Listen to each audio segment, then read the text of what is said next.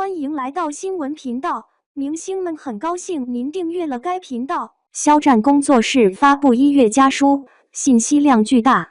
新年行程确认，将连登多个晚会盛典。朋友们，魔幻现实又一次降临了。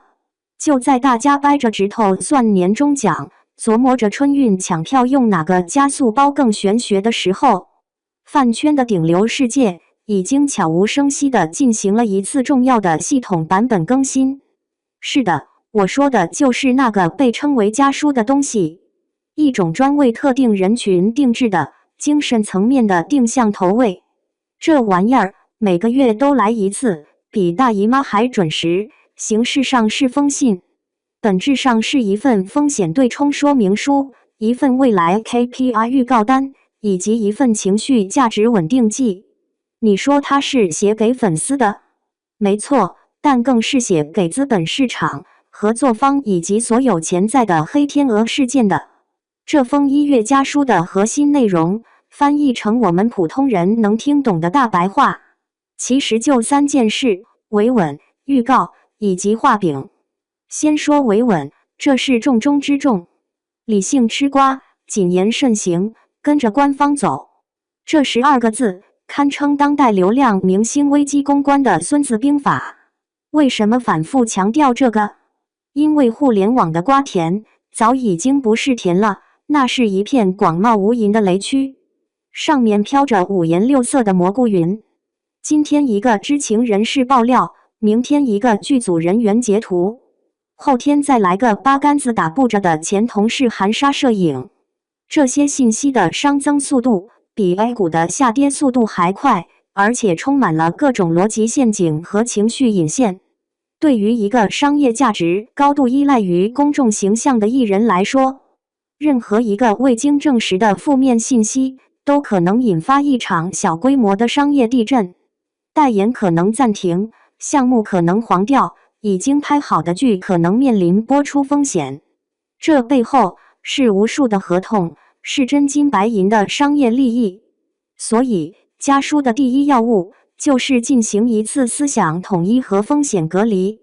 他在告诉那庞大的、拥有惊人行动力和购买力的粉丝群体，你们的热情是宝贵的资源，但也是极易被引爆的炸药。现在，我给你们画一个圈，圈外的东西不要看，不要信，不要碰。圈内的才是官方认证的安全区。这是一种极其高明的社区管理手段，它不是强制性的命令，而是以一种温情脉脉的家人口吻为你设定行为边界。你以为你是在保护你的偶像，实际上你是在维护一个庞大商业机器的稳定运行。大家都是这个巨大系统里一个精密的齿轮。再说预告，这就更有意思了。家书里明确点出了肖战即将参加北京台春晚和网络视听盛典。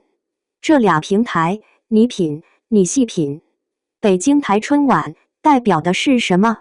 是传统媒体的认可，是主流视野的敲门砖，是覆盖全年龄段观众的国民度。这是一种官方背书，告诉你这个人没问题，根正苗红，上得了台面。这是给父母辈、给路人盘看的，讲究一个稳字。网络视听盛典又代表什么？这是互联网新贵的派对，是 B 站、抖音、腾讯视频这些流量巨头的地盘。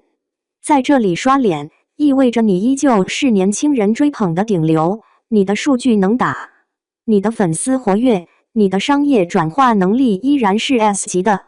这是给品牌方、给数据平台看的，讲究一个潮字，一个稳住基本盘，一个开拓新增量，一个负责国民度，一个负责商业价值。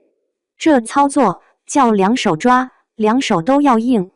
在年底这个关键节点，通过这2个具有风向标意义的晚会，清晰地向外界传递一个信号：我的商业价值和主流认可度依然坚挺。各位金主爸爸们，新一年的合作可以谈起来了。这哪里是参加晚会，这分明就是一场肌肉秀，一场无声的商业路演。最后，我们来聊聊画饼。文章里提到了一个非常赛博朋克的时间点，马年大吉，还提到了2026年1月过去了。我看到这里的时候，差点以为自己的时间线发生了漂移。马年是2026年，现在是2024年初，即将迎来龙年，这中间差了2年的时间差，简直就是一个小小的时空 bug。但你觉得这是笔误吗？不，这可能是一种更高维度的叙事。它在一种荒诞的错位感中，构建了一种奇特的期待感，仿佛这份祝福是穿越时空而来的。这种小小的、无伤大雅的错漏，反而让整份家书显得不那么冰冷和机械，多了一丝人味儿，甚至有点可爱。当然，更有可能就是小编手滑了，但这不重要。重要的是，这种小插曲在粉丝滤镜下也能被解读出万千种含义。这就是饭圈文化的魅力，或者说是它的魔幻之处。真正的饼是那句新剧小成良方就要杀青了，这是最实在的期货。对于演员来说，作品才是硬通货。晚会的热度是一时的，综艺的曝光是短暂的，只有一部接一部的剧，才能持续不断地将流量转化为国民度，将粉丝经济转化为更广泛的观众缘。就要杀青了，意思是产品即将出厂，正在品控阶段，期待早日定档，意思是市场部的同事们已经开始预热了。大家把期待值拉满，到时候播出数据才好看。你看，从维稳粉丝情绪，到预告商业价值，再到给未来的作品画饼，这一封短短的家书构成了一个完美的商业闭环。